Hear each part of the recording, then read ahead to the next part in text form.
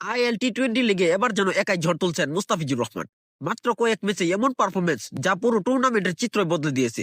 অভিষেক আসরে নিজের যাত্রী নিয়ে দিয়েছেন বাংলার এই কাটার মাস্টার। 2025 সালটা এখন পর্যন্ত মুস্তাফিজের জন্য দারুণ কাটছে।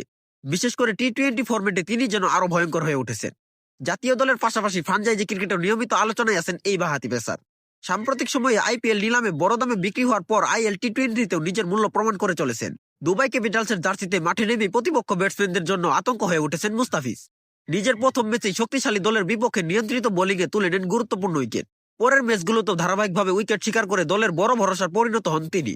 টুর্নামেন্টের মাঝপথে এসে মুস্তাফিজ যা করেছেন তা সত্যিই অবিশ্বাস্য। এক ম্যাচে ওভারহেড টিক, এরপরে আরেক ম্যাচে আবারও একই কীর্তি।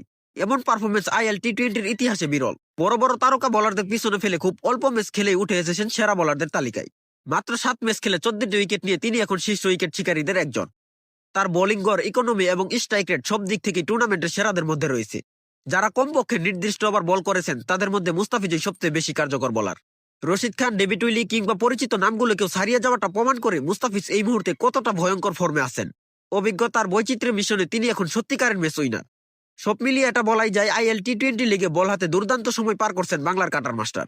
এমন পারফরমেন্স যদি ধরে রাখতে পারেন তাহলে এই টুর্নামেন্টের মুস্তাফিজের রাজত্ব আরো দীর্ঘ হতে পারে।